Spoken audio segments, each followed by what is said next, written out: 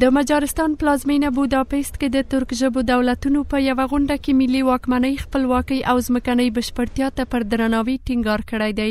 دوی د امنیت برخو ترهګرۍ، د نشه یي توکو تولید او قاچاق سره د مبارزې پر اهمیت او هم افغانستان سره د نړیوالې ټولنې پر منظم او همغږي تعامل ټینګار کړی دی. Global و منطقوي خصوصیت حقدا سوز یورتر یکمس افغانستاندagi مرکب وضعیتنه لکه څنګه چې د نړۍ او د سیمې ستونزو په اړه خبرې کوو، د افغانستان پر وضعیت د پام ورټولول او ورته د حل لارې موندل اړین دي.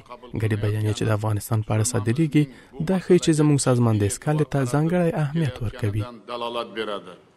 په دې غونډه کې دغه راز په افغانستان کې د ټولو ډلو او قومونو په حضور سره د ټولګډونه حکومت د جوړېدو پر اهمیت ټینګار شوی دی. اسلامي امارت وايي په سیاسي اقتصادي برخو کې له ټولو هیوادونو سره همکارۍ ته چمتو دی او هم ډاډ ورکوي د افغانستان له خاورې به د نورو پر وړاندې هیڅ ګواښ نه وي. افغانستان هم میخواد با کشورهایی که یادآوری شده رابط خوب داشته باشه و همکاری های آنها هم در بعدهای مختلف نیاز داره و از طرف خودم اطمینان میده به تمام کشورها که هم در عرصه دیپلماتیک و هم در عرصه اقتصادی رابط بهتر و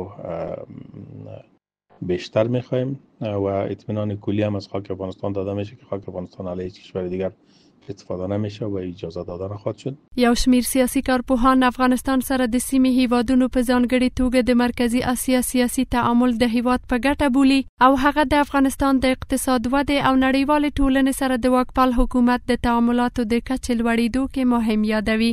تعامل کشورهای منطقه خصوصا آسیای مرکزی با افغانستان به نفع افغانستان است.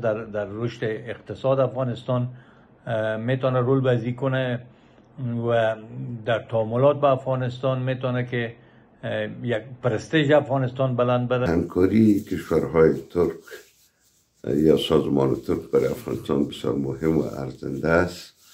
اگر کشورهای منطقه با افغانستان تعامل و همکاری بکنه این سبب ازی میشه که پروژه های بزرگ بین المللی بین به افغانستان کار بکنن و افغانستان از لحاظ اقتصادی از این وضعیت بیرون شود. د افغانستان د شتمنیو آزادېدل، نړیوالو سیستمونو ته د افغانستان د بانکي نظام ورګډېدل، د سیمایي نښلون، ټاپي، ترانس افغان، کاسازر او د ورېښمو لارې پروژو پلي کېدل په دې غونډه کې د بحث له مهمو مسایلو څخه وو او ګډون کوونکو هغه د افغانستان اقتصادي ثبات لپاره مهم یاد کړي دي.